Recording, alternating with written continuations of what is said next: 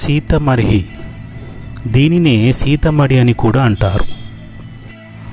రాముడితో యుద్ధం చేయడానికి లవకుశులు సన్నద్ధమవుతున్న వేళ సీత లవకుశులు రాముడితో యుద్ధం చేస్తున్నారనేది గ్రహించి అక్కడికి వచ్చి చేసే యుద్ధం తండ్రి గారితో అని చెప్పడంతో రాముడు సీతను గుర్తించి లవకుశులు తన పిల్లలే అని తెలుసుకొని సీతను లవకుశుల్ని తీసుకొని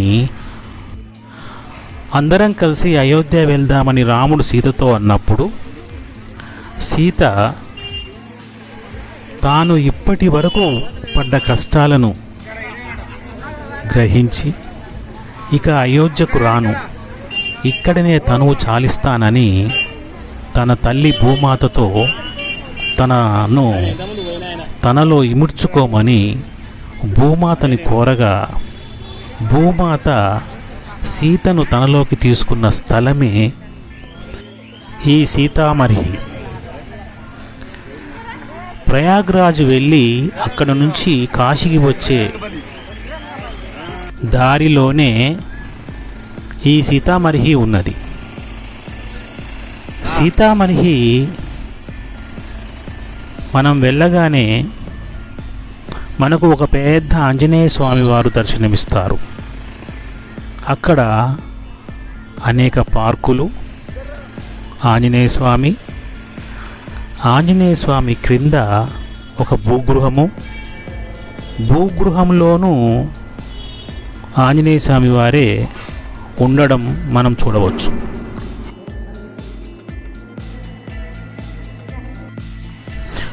ఆంజనేయ స్వామి భూగృహంలో ఉన్న ఆంజనేయ స్వామిని దాటి ఇంకా కొద్దిగా ముందుకు వెళ్ళినట్లయితే మనకు సీతమ్మ వారి మందిరం కనిపిస్తుంది.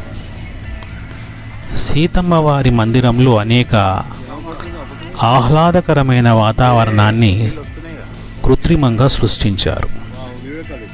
ఇక్కడ జలపాతం లాంటిది ఒకటి ఏర్పాటు చేశారు.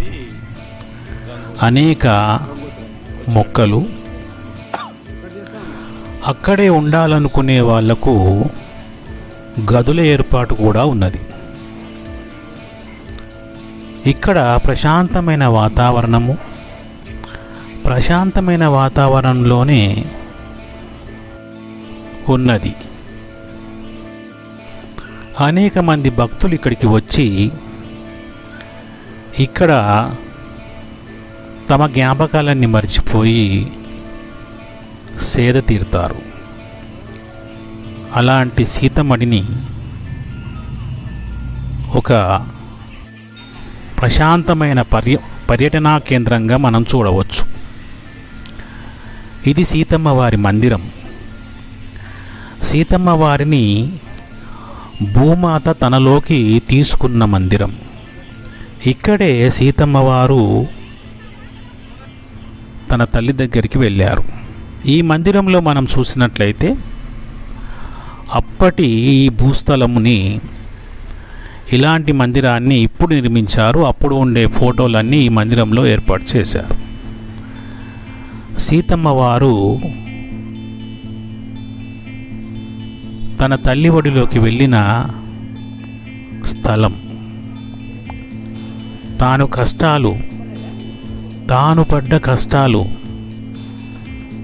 పడ్డ జీవితంలోని కష్టాల్ని మర్చిపోయి తన తనువును చాలించిన ప్రదేశము. సీతమ్మ వారికి నిరంతరము ఇక్కడ పూజలు జరుగుతూనే ఉంటాయి. సీతమ్మ వారు మహనీయులు.